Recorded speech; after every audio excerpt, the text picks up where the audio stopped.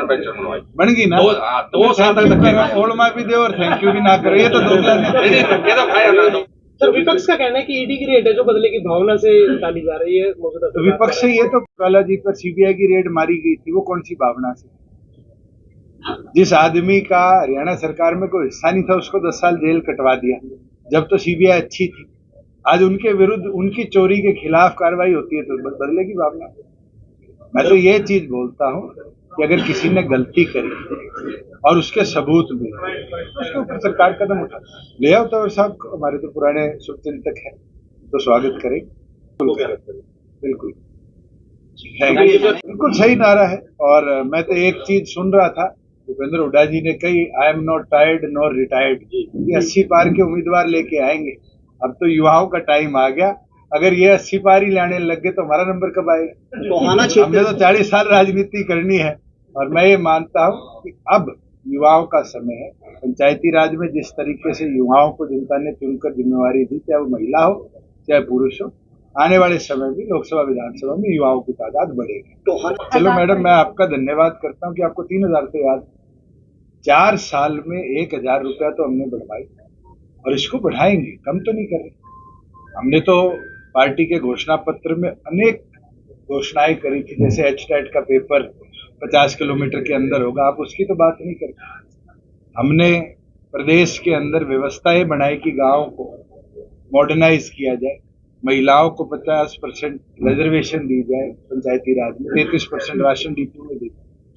और उन सब पे पार्टी ने काम किया। 75% रिजर्वेशन भी हमने कानूनी तौर पर लाया, हाईकोर्ट ने स्ट्राइक डाउन किया है और इस महीने के अंदर हम अपनी एसएलपी फाइल करके उसको भी सुप्रीम कोर्ट में जाए। आई मी माई सेल्फ ही है। आप मुझे ये तो बताओ, बाबू बेटों को छोड़ के आज के दिन कांग्रेस की हालात क्या है? आज तो कांग्रेस में इतनी बाइफरकेशन है, और ये हरियाणा ही नहीं पूरे देश में ही। राजस्थान में उनका बुरा हाल इसलिए ही हुआ, हरियाणा में एक कोई एसआर के ग्रुप बन गया, एक बाबू बेटा ग्रुप बन गया।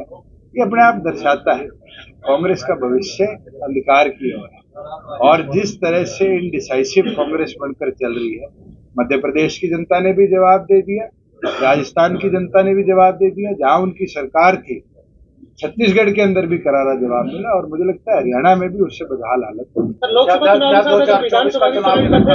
मैं इस पक्ष में हूँ कि दोनों चुनाव इकट्ठे हों, इससे पॉलिटिकल पार्टीज का भी समय बचता है, खर्चे बचते हैं। और दूसरी ओर पर इलेक्शन कमीशन जो प्राइमरी बॉडी है, जिसको 2-2 बार एक प्रदेश में लोकसभा और विधानसभा कराने पड़ते हैं, उनका भी बहुत ज्यादा काम कम होता है।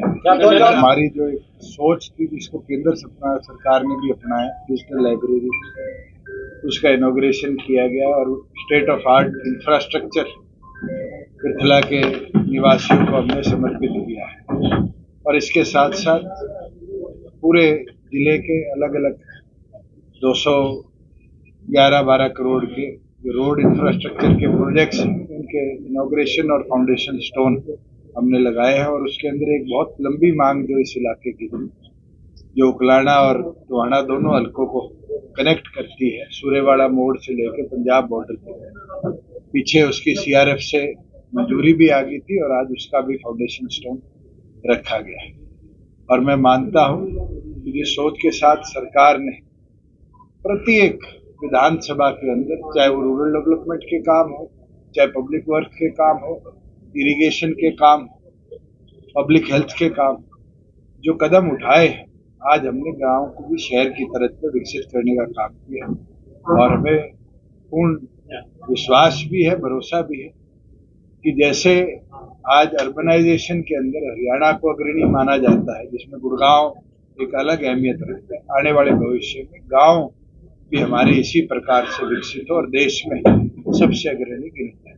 अलायंस एयर के साथ हमारी बैठक हुई है फाइनल चरण की, और जल्द हम एमओयू साइन करेंगे, जिसमें हिसार एयरपोर्ट से अलग अलग कनेक्टिविटी को प्राथमिकता देंगे। एक मन में मेरे भी थी कि हिसार दिल्ली और दिल्ली इंटरनेशनल ये कनेक्टिविटी बने, तो इसलिए जो अब हमने रूट्स चिन्हित करने का काम किया है वो है दिल्ली हिसार जम्मू, हिसार दिल्ली, दिल्ली हिसार अहमदाबाद, जयपुर हिसार दिल्ली, और दिल्ली हिसार चंडीगढ़, हिसार दिल्ली और दिल्ली हिसार कुल्लू धर्मशाला और देहरादून हफ्ते में एक।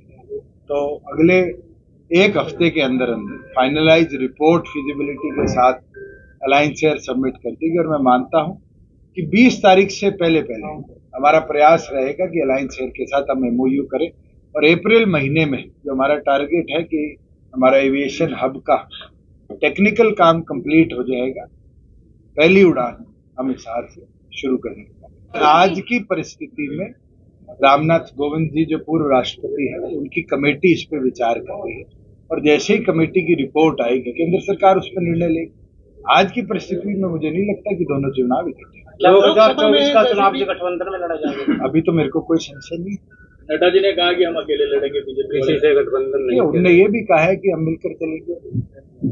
एक लाइन पढ़ते हो, एक नहीं पढ़ते, ये तो बाइसनेस है पत्रकारिता में। तो उनका मैं आपको एक चीज, आप मिलकर चलने की बात कि नायक जनता पार्टी भी 10 की 10 लोकसभा सीटों पर तैयारी कर रही है, भारतीय जनता पार्टी भी कर रही है।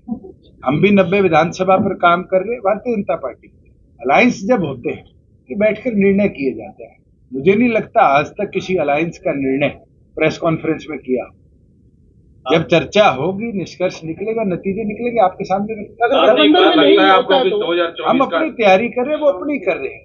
हो ना हो तो भविष्य की बात है। तो इंडिया आप तो 4 साल पहले कहने लगे थे अलग अलग चैनल और अखबारों के माध्यम से कि गठबंधन टूटेगा।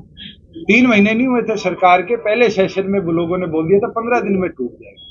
4.25 साल स्टेबल स्थिर सरकार हरियाणा प्रदेश को मिली, हरियाणा प्रदेश आगे बढ़ा।